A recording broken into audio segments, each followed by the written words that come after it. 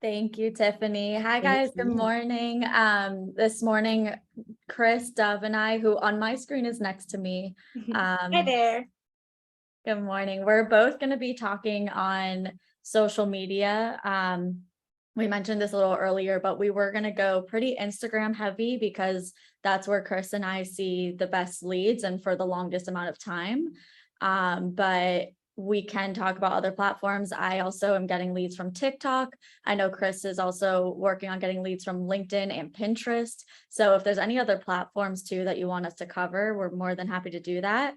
We want this to be something that you guys can jump in on. Don't hesitate to ask questions, raise your hand, drop them in the chat, and we will do our best to make sure we get to everything that we want to cover. But we're going to start from the beginning and kind of just do a dive on social media to start, and then we'll get a little more granular on on Instagram.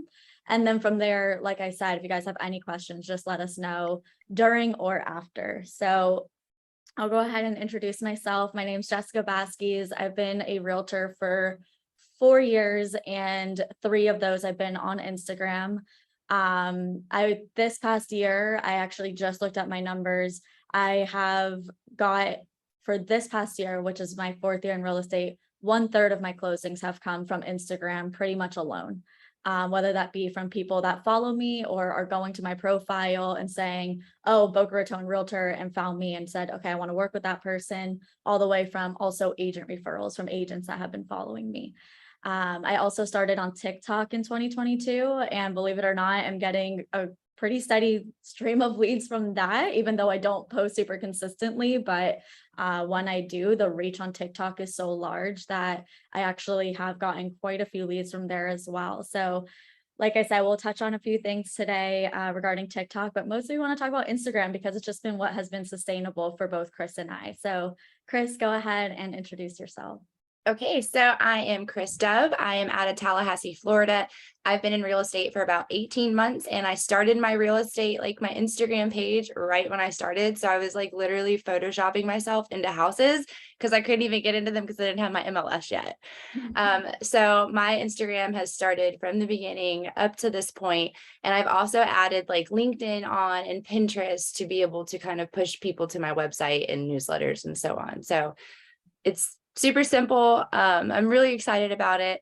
The first thing, or I guess Jessica, you probably want to jump into the first thing. Okay, I can go ahead and get started. So one of the I was going to talk about the bio more than anything. Okay, so no, I love that. So I think to start, we kind of wanted to talk about picking a platform and really just starting from the very basics. So when it comes to picking a platform, one thing I wanted to talk on was, of course, you guys know your options out there. You have Facebook, Instagram, YouTube, podcasting. There's so many different ways you can go with social media. So to just bring it back to the start, what I find has worked really, really well is picking a short form and a long form content platform. So what I mean by that is short form is something where people get bits of you, right? Like in Instagram, they're seeing your posts, they're seeing your stories. Same with TikTok, they're seeing a quick video of you. So there's a lot of touch points there, right? Like if somebody follows you on Instagram, TikTok, a Pinterest, a LinkedIn, even your Facebook page, they're seeing you here and there, but they're short pieces of content. That's kind of how we can look at it.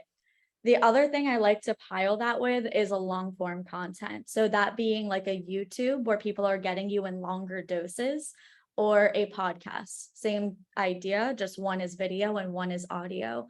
The reason for that is I started on Instagram a year into my real estate journey. I started from scratch. I started a brand new page just to kind of dabble my feet and getting started with Instagram for my business. And so I started with Instagram, and I really didn't start to see a click with Instagram, like oh my gosh, like I'm really generating like a steady stream of leads from this, until for me, I incorporated the podcast as well. I think what happened was people were getting doses of me on Instagram, and it was great for people like getting to know me. But what really kind of kickstarted it and was like, went from literally a few things, a few leads to full force was also incorporating the long form content. So for me, it was the podcast. For you guys, it could be YouTube. Either one is great. I would say those are really the two main platforms to go long form on. And pairing the two together does something really special, because with long form content, people binge you, right? Like it's not just a quick post on their feed. It could be 15, 20, 1 hour episode that they're getting of you. You're in their ear. They're listening to you for a longer period of time. It builds the know, like, and trust a lot quicker. And then So Jessica, if they didn't want to do a podcast, could they do like a blog, a newsletter chain, maybe even write a book, something like that? Would that work? absolutely, absolutely. I love that. It doesn't have to be just podcasts. Exactly. It could be your website, keeping a blog on your website, where anywhere where people can go to get more of you, just to kind of think of it as like you have your short form, Instagram, Facebook, TikTok, and then a long form to pair with it. So if you're going to either you're already on social media and you want to add something, or if you're just getting started, and I really don't want you to split your focus too much. So that's like the biggest thing, right? Like the last thing I want you guys to do is to leave this call and be like, okay, I'm going to start an Instagram, a Facebook, a podcast, a YouTube, and I'm just going to try to figure out all the platforms at once. Like that's not what we want you to do. We want you to get really focused and specific. And that's why I bring up long form and short form, pairing the two together, one each, right? Like it doesn't have to be Instagram, TikTok, Facebook.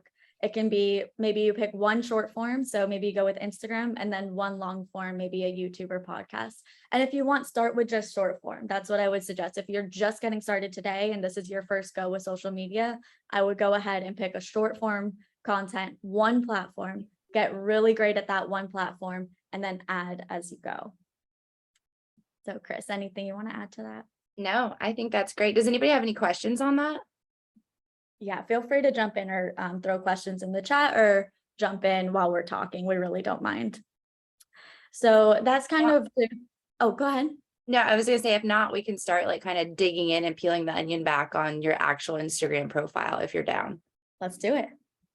Okay, so I think that the first most important thing when someone hits your page is your picture. So your picture should be partially your branding colors, something cohesive, the colors that are coming up in your life constantly that are easy to post about. Mine's always white. Like my purse is white and brown. So like if you go to my page, it's white, taupe, like maybe a light blue. Do something like that. Make it match your feed so that when someone sees you, they consistently recognize your colors and they know it's you. The second part of your picture, I feel like you shouldn't be like over here, hey, I'm Chris. In your picture, you should say, like, let people see you, see your personality, see how excited you are to actually be a realtor, be on Instagram. The second part is the bio, which I know you're excellent at, and I love my bio, but I'll let you hit on that since I just hit the picture part. Sure. So when it comes to writing your bio, again, this is really just going into setting up your profile. So we want to optimize every single aspect of it, because this is going to be for business, and we really do want to look at Instagram. If you're going to do it as a lead gen source, it has to be taken seriously as something you're going to do for business. So like Chris said, having a profile photo that shows your face. And then when it comes to writing your bio, it's really important to make sure you have some key things in there. So one is going to be the area that you cover. I follow a lot of realtors on Instagram, and some of them I love dearly and have been following them for so long, and I literally don't know where they sell real estate. So like, even though I love following them, like I think they're really fun and engaging, I could not send them a lead to save my life because I don't even know where they sell. So this is really important. And I don't know why it's missed by so many realtors. Maybe they don't feel comfortable sharing their area, which I do understand. But again, if you're going to use social media for business, you want to share the area that you are covering. So, and this is, sorry to interrupt you. This is on LinkedIn, Facebook, Instagram, Twitter, whatever you're on, put where you're at.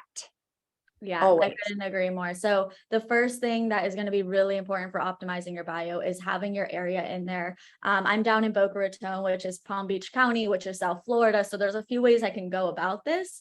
I cover Boca Raton specifically. That's what I know best. And then I branch out to Delray and Boynton, and then I branch out to Palm Beach County and Broward County. So, I don't necessarily have all of that in one bio. I think I have, like, in my name, like Benny said, it's Jessica Baskey's Boca Raton. So when people search Boca Raton, my actual name comes up.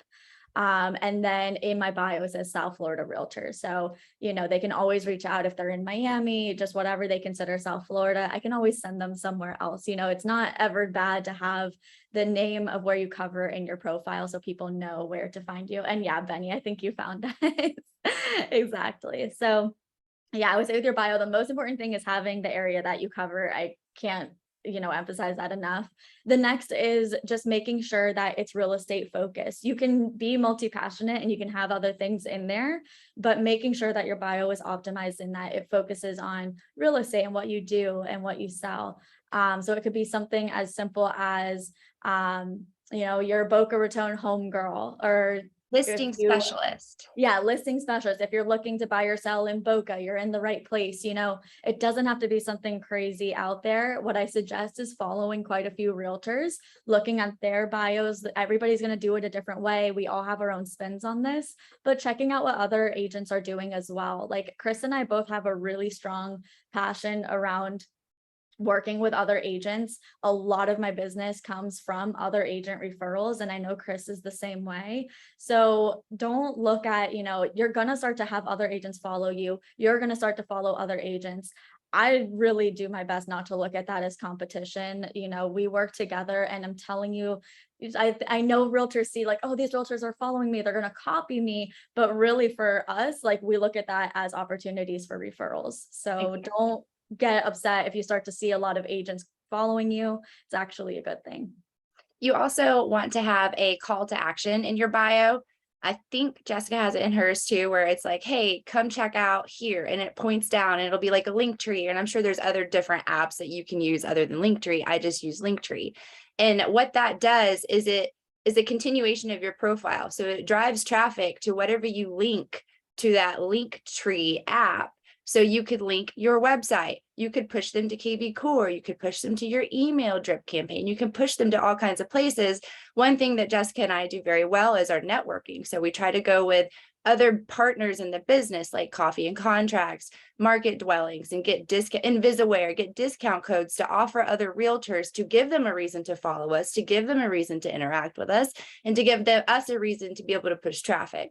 So call to action, bio, in short, your location, what you do, how you do it, who you serve, why you do it, what you're passionate about, and then a Linktree with links to push traffic. You could even make a guide for first-time home buyers, have it on a landing page, put that link in your Linktree and push people to that guide. Automatically, you're top of mind and you're a leader in wherever you are. So I think it's good to have links in there. That's just my 2 cents. Yeah, I love that. So we both use Linktree. I think it's link.tre. I'm probably doing that wrong, but I think you it can is. Yeah. Google Linktree. You Yeah. can create one. It's free. I have the free version. I always have. I've never paid for Linktree. I do And too. what you can do, yeah. So like in my Linktree, you can see, I think the very first thing is I want to buy or sell a home. So when they click on that button automatically brings them to my Calendly. So Calendly is another external service where they can go ahead, book a call on my, they can book a call with me on my schedule. I get a notification, and then we do either a buyer consult or a seller consult call. And just like that, it went from being a follower to somebody booking a consultation on my calendar. So that's a really beautiful thing about social media. And I think that's why Chris and I like it so much, is because it's a pull strategy. They're following you, they're watching you. And then all of a sudden they're making appointments with you. You're not going out and chasing them. And I think for us, like, we really love that aspect of it. Of course, there's going to be people that you make relationships with on social media, and those will, have their own leads with time. But I mean, Chris, I'm sure you've experienced that too, where all of a sudden you have a new lead in your CRM because somebody's hit I want to buy, and she has a new construction guide there, and they can enter their information. She captures their name, their phone number, their email, and she now has that lead to nurture through her email campaign. So there's so many different ways you can optimize your profile, especially with Linktree. Yeah, I use Calendly. I know Chris just put that in the chat so people can book on my calendar. That is an extra cost. I think I pay anywhere from like 10 to 12 a month for Calendly. But basically they can go on my calendar and book a call. One other really cool thing that I do also, so I mentioned networking earlier. It's really important in your town. Liz mentions this all the time, to go and network with your local businesses. So I had a pool company that followed me like maybe like my first 6 months of real estate when I was still photoshopping myself in houses. And they were local in Tampa where I was living at the time. They followed me for maybe a year, a little over a year, and they finally decided to buy a house with me, which was super cool. So number one, these things take time. It's not just instant gratification. You got to have a good build up and keep posting consistently to get people to trust you. But number two, something that you can do with your Linktree, once we got their house, that post that I did of like, oh, we sold a home, yay, I did with them, but I repped their pool company and directed traffic into my Linktree to their direct website for all of my Tampa viewers. And on that post, I hashtagged different Tampa neighborhoods. So I used it to shout out a local business. And then I got tons of followers from their page once I did that. So you can use it in a ton of ways if you can get really creative with it. I love it. Awesome. And then the other thing we wanted to talk about just when it comes to setting up your profile for real estate is your highlights. So Chris is really great at staying on top of highlights and making sure that they go to their page and what they see is what she wants them to see. That's really the whole thing here is we want to make sure our bio, our picture, our highlights, and then we'll talk about pinned posts are optimized. So Chris, why don't you talk on highlights? Okay, yeah. So I love highlights. For me, I'm so nosy, and I know y'all are too because you're human. When you go to an Instagram, the first thing you're clicking is those little bubbles, like, what is this person doing? Who like I want to catch them in the wild, right? So highlights are awesome to be able to catch people as soon as they come to your site or your Instagram page. And what I do with mine is and it's sometimes you got to really pay attention to this because it'll get out of whack because it'll get out of order. You'll find out once you start doing it, and we'll do another class. But anyway, so on your highlights, my first highlight is usually like about me. This is Krista. This is who I am, what I do, who I serve. Then they're going to click into the next highlight, which is my services, what I offer. I do design, I do real estate, I do commercial, bada bing, bada boom. It's all there. The next highlight is usually my testimonials or like recently sold so that they can hear from my clients' voices. And I don't just do like, here's the house I sold. I get pictures with my clients. I make them. I'm very demanding. And I put all of those in my testimonials or in my sold highlights also. From there, you can go into, you could, process for buying a house, or your next highlight could be sellers, quick process, like high level so that they have to still message you for your help. But it just shows how smart you are in your field and what you're doing in your niche. Maybe you work with VA loans and that's who you're trying to attract. Put that information in there. If you work with a great mortgage lender, put information in the programs that they give you. That's just driving people to your site and showing your experience. And I like them to match your branding. I'm all about the branding. Make them match, please. Yeah, I'm actually pulling up Instagram so we can show them your highlights because I really like how you do that. Okay, so my highlight covers, I am in North Florida, Southern Georgia. So all the little things you see on them are what you would see driving around, like cotton, the birds, the local birds, whatever you'll see.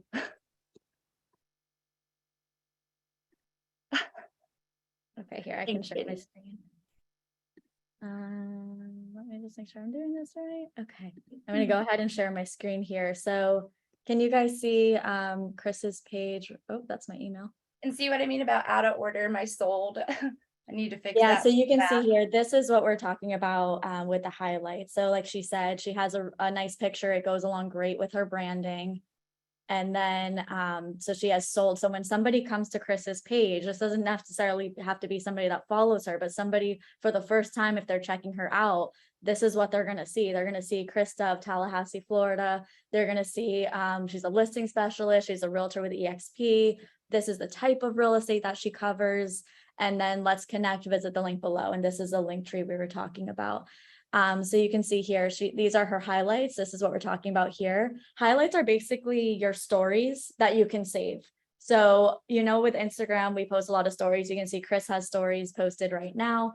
So if she wanted to, she could maybe, make a few stories today and then press on the bottom of the story. You'll see a little button that says highlight. It's that simple. You can then save that story to your highlight, and she can save a story to her behind the scenes. She can save it to testimonials, sold services, but these are all stories that she's just saved over time. So it's kind of, you can think of like a bank of content that you just add to over time.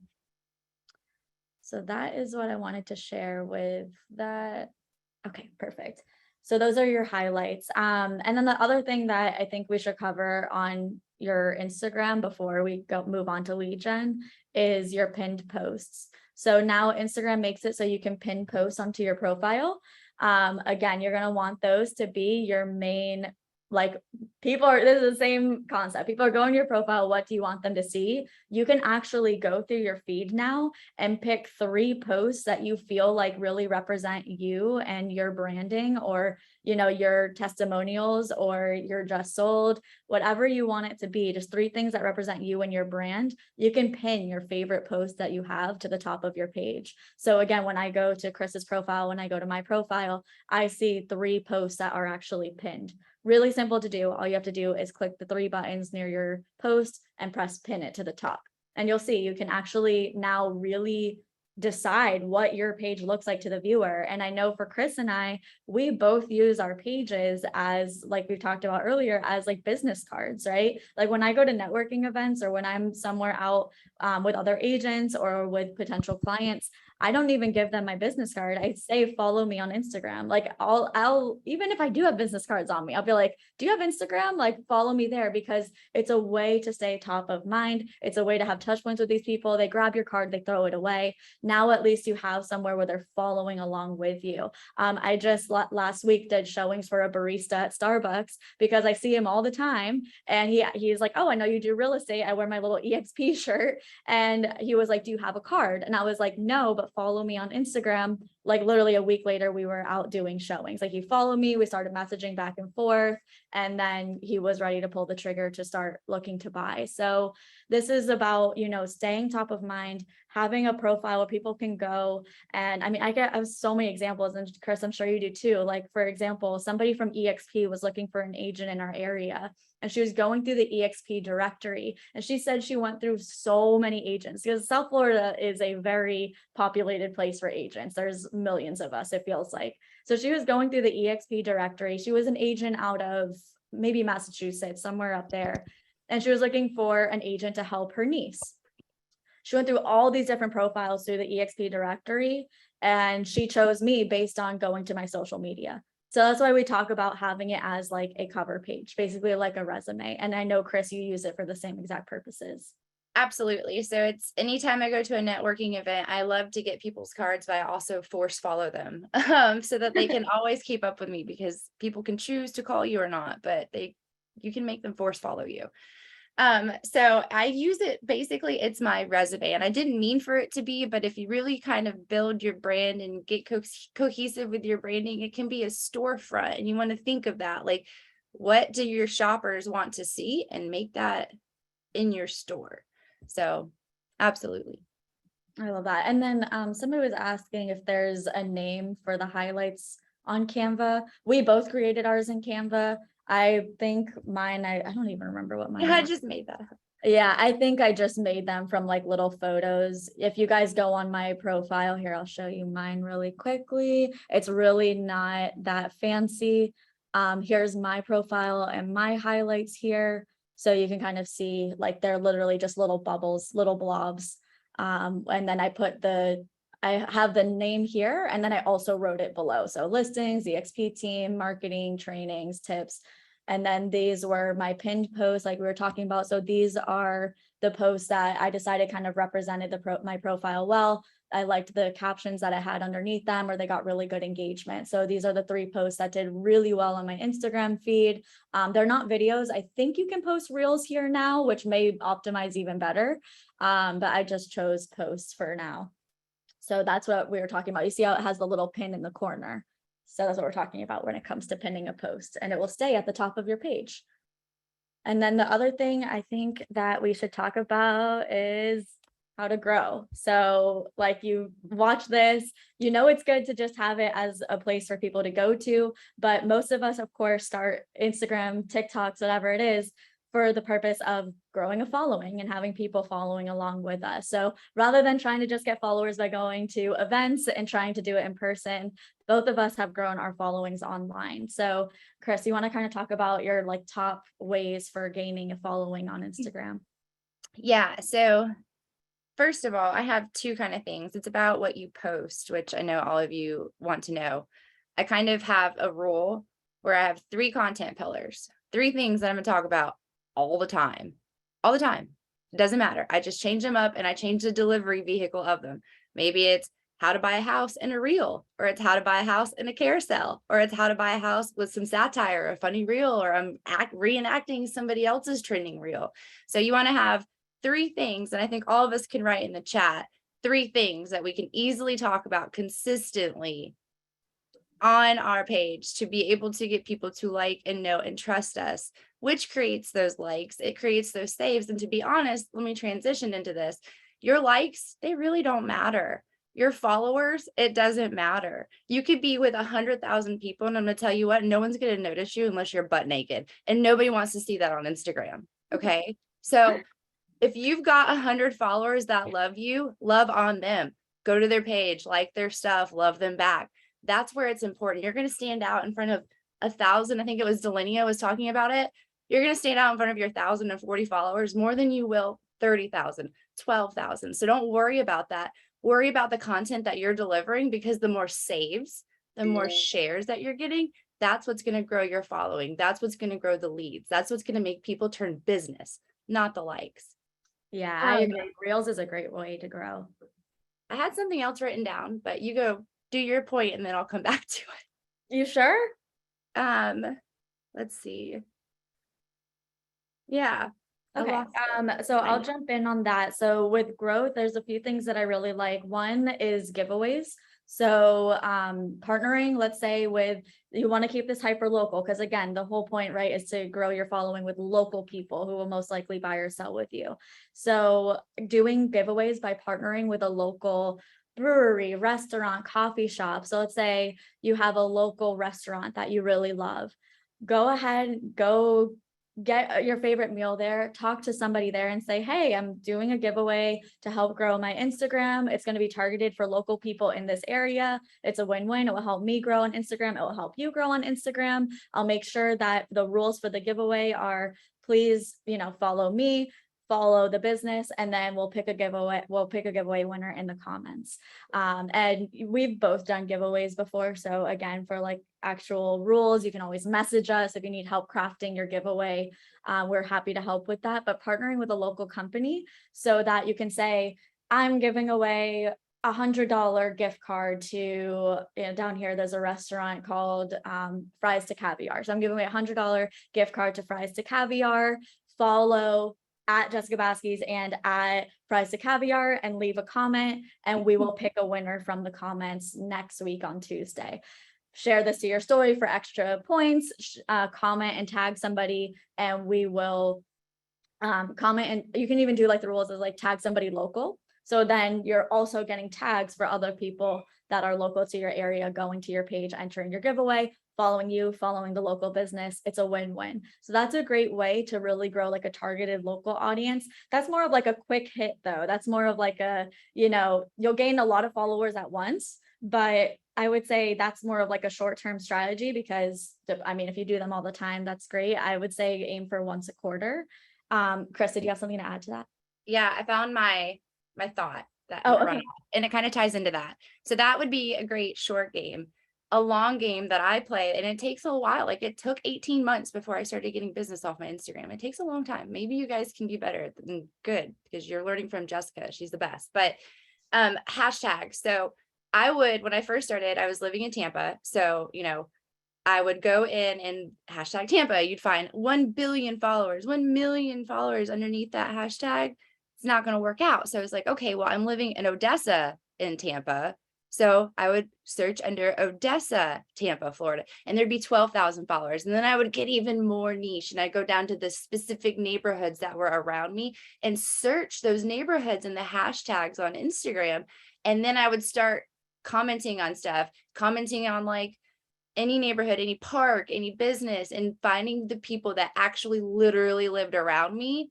I know it's creepy, but it's a long game to start following those hashtags and playing and commenting on all those posts that pop up, because people will randomly start following you once you start loving on them. It's a social platform. You're not just supposed to get all the engagement yourself. You're supposed to love back. Yeah, I completely agree. That's what I had written down was for long term, you want to do hashtags. And then the next is active prospecting, which is kind of what Chris is talking about. It's going and interacting with other people, either in your area or other agents. Obviously, with having an Instagram, you want to know who you're targeting. So go ahead and interact with that target audience, whether it be buyers, sellers, whether it be locals or other realtors.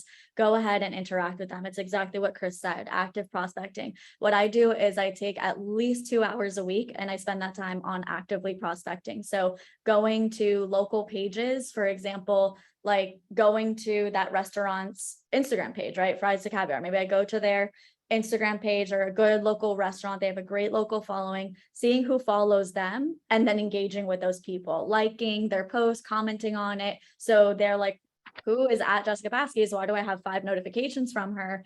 And they check out my page. And then they're like, oh, she's a local realtor. I was just thinking of looking at local real estate. It's like as simple as that to get a follow back. You don't have to do follow and follow. Please do not buy followers. As Deep said, neither of us use that strategy. If you buy followers, and let's say you get to like 10,000 followers, but yet your posts have 1 comment and 3 likes on them, Instagram knows that you bought followers and they're not going to reward your posts. So the better your posts do for engagement, the more they're going to pop up in other people's feeds. So if you buy followers, you have 10,000 followers and 5 likes, your conversion rate is so low that Instagram is literally, you're showing Instagram that people don't enjoy following you. So please don't buy followers. Please try to actively prospect, post reels, do growth strategies to grow. It will take a little more time than buying followers, but I promise the outcome will be great. And Chris, they want to know what you meant by forced followers. Oh my gosh, I'm in the so chat bad, we'll you get guys. to also. I don't like physically force them. I mean, kind of. So like I try to do like a lot of local events and networking. And when you're out in public, if you're like, hey, take my business card, you're relying on them to follow up with you. That's never going to happen ever. So I'm like, oh, I always have it, but I don't give it to anybody just random unless they're absolutely doing business with me. But I'm like, oh, I don't have my business card. Open your Facebook, open your Instagram, open your LinkedIn, whatever they got, open it. And then I will follow myself and I will follow them back. So even if they unfollow me, I still got them and I'm still going to love on them. But usually they keep following you. And even though they know realtors in the same town that they're in, guess who's always on social? Guess who's posting every single time that they're on social? I'm on a story. I try to do a story every 2 hours. I'm up there. You see me up there, up there, up there. So I think that forced following, it's just like a business card or like getting somebody's number, but it's just easier to maneuver. People really like that saying. Okay, so I think Chris, you want to jump into the chat? We can also talk about what to post, but I figure it's already 9:05, so I want to definitely get to some Q&A. So Pamela asked, do you guys have business pages for Instagram or personal? I have both. Because I did a lot of fishing and hunting and stuff that is nobody's business but myself. And I don't want people to see me in a bathing suit in real estate. So my real estate stuff is just completely a store. I try to do like an 80-20 rule because not everybody wants to be like blasted with real estate. So I do 80% real estate, 20% myself. So you might see like a glimpse of the gym or my family or things I care about or something like that. But I have 2 different pages. So my personal page is like my travel, fitness, myself, and then I have my storefront, my realtor page. And my story is a little different. So I had a personal page, like since I was in high school, I had a personal Instagram page. And when I got into real estate, like I said, I didn't use Instagram for business for my whole first year. I had a really hard time posting about real estate on my personal page. I had followers from middle school, high school, people that I just didn't really care to see my stuff, like Chris said. So what I did was I started a new page. I started from scratch. You don't have to do this. This is just what I decided to do because I didn't have the confidence to post on my personal page just yet. So I started a brand new page. It was real estate related. I knew this is my business page and I'm going to treat it as such. So yeah, I started from zero just a few years ago. And my first few posts were just posts from Canva and photos of me. My first 3 photo shoots were with a tripod in my house and my parents' house. I was just going wherever I could to get some content. And then I would just batch content and post photos of me, templates from Coffee and Contracts. I would just really use Instagram as a business. So first I had two pages, the personal and then the business page. And then as I grew more comfortable posting, as I grew more comfortable showing up, which I really gained that confidence by doing it at first to just a few followers, that was just me. Then I really started to go all in on the business page, and I no longer use my personal page. It was too much for me to run both. So like Chris said, she has a personal page that she keeps pretty private and personal. She has a business page. She runs both. I just run one page. It's at Jessica Baskey. So it does cover some personal things, but to be honest, I do not post a lot of personal stuff on social media at all. Like I tell people, like, you'd be hard pressed to find like my dog's names on there. You'd be hard pressed to find my fiance's name on there. Like, I don't post a lot of personal stuff. I keep it pretty real estate. And I know people will tell you like, oh, you have to post personal. That's how people connect with you. I bring in the personal side of it by telling stories about real estate. I tell a lot of stories. You'll see my just closed post. It's not typically just closed $10 million over ask. It's, oh my God, this happened. Here's the story behind it. My buyers are happy. Here's their testimonial. Swipe through to see the home. Like, I like to bring in the story aspect. So I really don't post a lot of personal. And I think that's a lot of people's gripes with social media, is that they feel like they have to share their whole life on there. And I feel like I am living proof that you really don't need to. When I post something personal on Facebook, it is limited to just the people I'm friends with on Facebook. And most of the time I don't even share that to Instagram. I really do keep it business. And I feel like I've done just fine doing that. I show up on stories, I talk, so people get to know me through that. But you really won't see many personal posts. Like you probably wouldn't be able to find my parents, my family on there, even though I'm with them 3 days a week. So that's my 2 cents. Is you can have both pages, and I think Chris does a great job of running both. It was just too hard for me to run both, so I just have the business page on Instagram. And I totally agree with that. You don't want like all your personal business out there. I actually fail at Facebook. I am just now learning, because I'm so not, here's my life, here's my business, here's my personal, like, at all. And I feel like people on Facebook they want to connect with you. They want to know your problems. And like, I don't like posting that. So like, I've had to get better about just being a normal human, be like, okay, like Jessica and I are at the conference. Yay, post. Ooh, I made a cake, post. So I'm trying to get better at Facebook. Maybe you guys can help me, but the personal part is definitely difficult. Yeah, I'm sorry, I'm just going through the comments. We covered the highlights. Neither of us used a company to design them, but you could go on Fiverr and hire somebody for probably like $15 to make highlights for you if you're not apt on Canva. I agree, Canva is a lifesaver. Highlights, force follow, business or Instagram, we talked about that. How much time do you guys spend on content creation, from ideas to actually posting content? That's a great question. I would say, because I use it as a lead gen strategy, I spend more time on it than maybe somebody who's just using it to stay top of mind. Both Chris and I, like I said, a third of my closings have come from Instagram alone this year. So, we take it very seriously. This isn't just like oh, we'll post and see what happens. So we both post every single day on stories. Just about every single weekday we post on stories. And I would say that doesn't take a lot of time. I put the camera on, I use my phone, I don't use anything fancy, and I just talk to the camera. So I would say that takes up all of like maybe 15 minutes. I do spend a few hours a week actively prospecting on Instagram, which we covered. So that's a time block right there. Sometimes I split it up like 30 minutes a day. Sometimes I'll do an hour at once. So that's another time block for me there. And then the other time block is batching content for TikTok and Instagram. I do not post the same things on TikTok and Instagram. Probably would save me a lot of time. But I find what I post on Instagram is not what necessarily does well on TikTok, and vice versa. And if you guys have any questions on TikTok, I'm happy to go into it. Or if we want to do a whole nother class on it, we can do that as well. I just think we spent a lot of time talking about Instagram today, so I don't think we'll have time to do like a full class on TikTok too. Chris, how much time do you spend on your social media content? Oh my gosh, I do it completely different. So I try to capture as many things on camera as possible. And then like while I'm at red lights or something like that, then I'll post to my stories, right? I used to batch content, but then I got to the point where I would have like 30 marvelous reels that I spent hours working on. And by the time I post them, the sound wouldn't be trending. I had the same problem.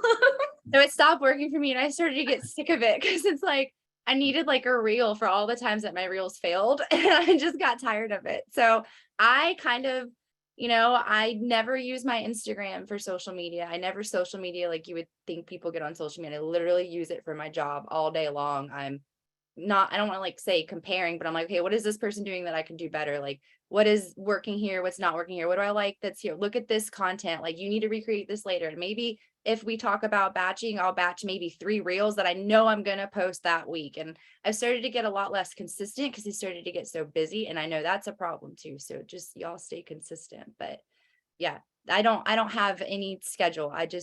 I willy-nilly it, but this is my job all day long if you guys message me on Instagram, I'll respond faster than text. Jessica can probably. Yeah. Yeah. And like we said, there's different things that are gonna work for different people. I try to batch a few TikToks or a few reels at once, but like Chris said, if you try to do like 15 TikToks at once, or sorry, reels at once, I mean, literally by the next week, if you're using trending audios, they may not be relevant anymore. So I would say the most juices I have flowing can probably only do three at the most. And then my creative energy gets burnt out. So I do it morning or afternoon, but you may find, especially if you're getting started, you will probably want to start content creation in the morning. And that way you can have the most creative juices flowing. Inspiration before the most day. inspiration, yeah. We both use a program called Coffee and Contracts. It's we can drop the link, or if Joe, you could drop the link there. It's www.coffeecontracts.com. You've heard both of us mention it a few times. It is a monthly subscription. It is paid, but you can grab real ideas on there. We both grab photos on there.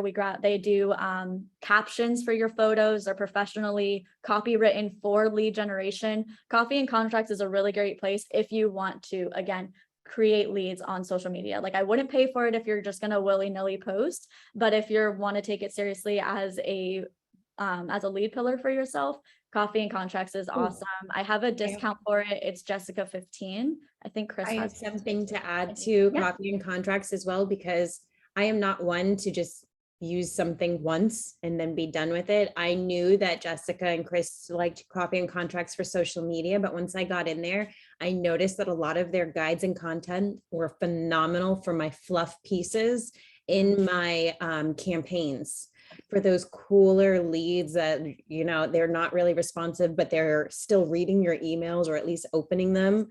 Those pieces were amazing. There's like 30-day declutter checklist. Like, I can push that out to my sphere in my newsletter and not have to rack my brain over what to send them or how to engage or what valuable piece of content can I provide to them. Coffee and Contracts was amazing for that as well.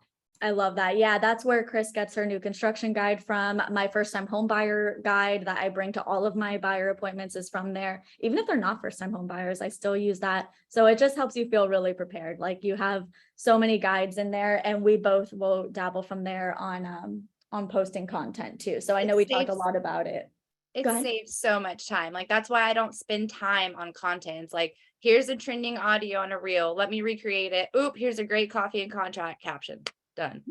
Yeah. And the reason why I didn't want to talk too much about Coffee Contracts from the start is because, like, you need to incorporate your own content, right? Like, you need to make it yours. So there's a lot of templates in there that are photos of beautiful homes. I love it. Use it sparingly. But really, like, please, that's why we didn't bring it up from the very get-go.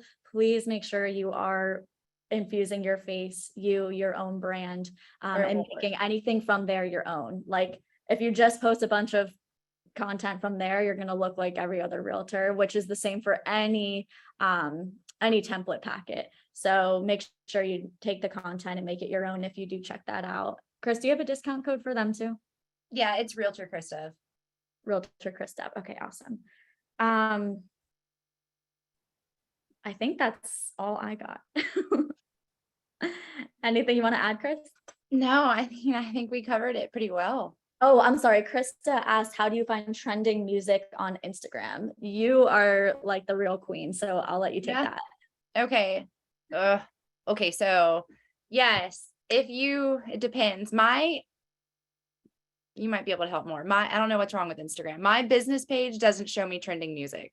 So I have to switch over to my personal page to get the trending music, and to find trending music, the short is go to your home feed, and then it'll be like whatever's in that feed is usually trending. It'll at the the audio part, it'll have an arrow that shoots up and then it'll be like it's trending. So I have to go to my other page and then I scroll through, find their sounds, send them to myself and redo it. Awesome. Awesome. And do you guys have any questions? I know we've been trying to keep our eye on the chat. If there's anything we missed or anything you guys want to jump in on, any comments, anything you guys are doing that's working on social media, please feel free to jump in. Oh yeah. Deep, go ahead. Hey guys, good morning. Amazing call. Thank you. Always learning from something from you guys all the time.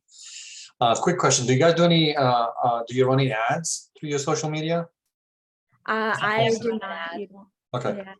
No, That's we simple. try to both keep it pretty organic. I love it. I think it's a great idea, especially if you want to grab a guide and make an ad out of that. I know you can do ads through KB Core as well, where you can point You to can do things on ads Facebook. through your Facebook ads now. You can Yeah. put all your sphere of influence in there, the email addresses, and you can target them only. Yeah, the targeted ads. You're really good on social media. You guys should follow Deep on social media, Orlando Property Guru. If somebody could share his name in the chat. He's really, really great at Reels and TikToks also. Deep, do you do any targeted ads? I do not yet. I'm planning to, but it's going to be only my existing clients that I'm working on. They're in the horizons. Past clients, I just want to retarget them over and over. I want to keep on, showing them my face, me and Alina, so they don't Yeah. forget. You know how buyers are forgetting, they forgot to purchase their home lately. Yeah. The other thing I want to tell people is whoever's trying to do this is a marathon, not a sprint. I don't know how many times they mentioned that. So if you expect this to happen overnight, it's not going to happen. I hear this all the time. Oh, I got this much. Forget the views, forget the likes. Just consistent. I don't do it enough. I need to. People might look at my page and say I do it all the time. I do not. I don't do stories at all. I need to get on there, show people my amazing personality that I have, butthole. So that something happens to me when I'm on camera. So I religiously do this the right way. It's scheduled every 2 weeks. We shoot for an hour and a half. Between hour and a half every 2 weeks. I create my scripts. I create, what we're going to talk about. It's planned. It's like, going to a gym. If you don't plan it, it's not going to happen. So it took me a while to get there. I started in, I think, March or April this year. And now we've religiously shoot every 2 weeks. And we see a big shift in the business. We see more people. You'll be surprised how many people will watch you that you have no clue they follow you. Yeah. I walk in restaurants and people are like, oh, you're the guru guy. And I'm like, huh, you follow me? I'm like, yeah. It's like a 50-year-old, 60-year-old guy was following me. That's weird, but everybody's on social media. As long as more eyes are on me, better it is. You don't need to. And if you go to my page, we are always putting out information, educational wise. My content never says call me, text me, nothing. Never talk about real estate, guys. If somebody's looking at your profile, they already know what the hell you do for a living. It's in your profile. So stop. I keep on telling this. I get on a lot of mastermind calls and I keep on emphasizing over and over, stop wasting that 5 seconds that you got. Oh, this is Deep Mehta with OPG, Orlando Property Guru, call me, she's got they've already gone to the next page. Yeah, I agree. If you're talking about Yeah. Reels or TikToks, the best way to start off your TikTok, I actually have I didn't even get to talk on TikTok, but I have a whole what to post checklist on TikTok, which You can send it to me. I just Send it to recorded me it for too. the podcast too. I just recorded it for the podcast, so it will be out on there too shortly. But when it comes to TikTok or your Reels, you want to start with a hook. That's always your first. You want to start with a hook, not, hey, this is Jessica Baskis with eXp Realty. Like Deep said, you're losing them. You lost them. They and- scrolled past. And your caption, the first 125 characters of your caption is your hook. It has to be a hook, your hook. Or some kind of catchy name. And you can use the same video everywhere. More people watch it, better it is. I use my same exact educational videos that I put on Instagram. I have better following and better reach on Instagram than TikTok, but my same videos go consistently. Now the same videos are going on my YouTube shorts. I'm seeing a bigger increase of views and a YouTube short. I know everybody's getting confused. We know nobody talked about YouTube. So YouTube has launched a newer platform competing with Instagram, TikTok, Facebook Reels. I see a different shift, but it's just the effort. You're putting the effort in shooting these videos. You should put it everywhere you can. Please do not get one of those apps that lets you post on 4 different areas. All the platforms hate that. Do it individually, put the effort. It's like, working on your business. End of the day, you're working on yourself and your business. So please make the effort. Yeah, no, I love that. And Benny, I just took a picture of Benny's comment in the chat. That was so sweet. I'm so glad you liked it. I love a fast moving call. So thank you guys for the feedback as well. And Liz, I think you were going to say something. Oh, I was going to say, if you can send me that list too. Oh, yes. So I'll say it really quickly, but this is more like a little higher level because it's about like making sure your TikTok is ready to post. So I'll go over it really quickly and then I'll send you guys the list. But this is like, I created my TikTok. Now I need to make sure I hit everything before posting it because there are so many times that I've posted a TikTok or a reel and I forgot the audio. I forgot the CC captions. I forgot to make a cover photo. Like, oh my gosh, I've done this so many times. So I actually created a checklist for like before you press post on the TikTok or the reel, what needs to happen here. So the first thing is making sure the video starts with a hook, like I just said. So put a hook on your video, put the hook in writing on your cover photo for the video, put a hook in the caption, hook. I know it's annoying, but it matters because that's what keeps people watching.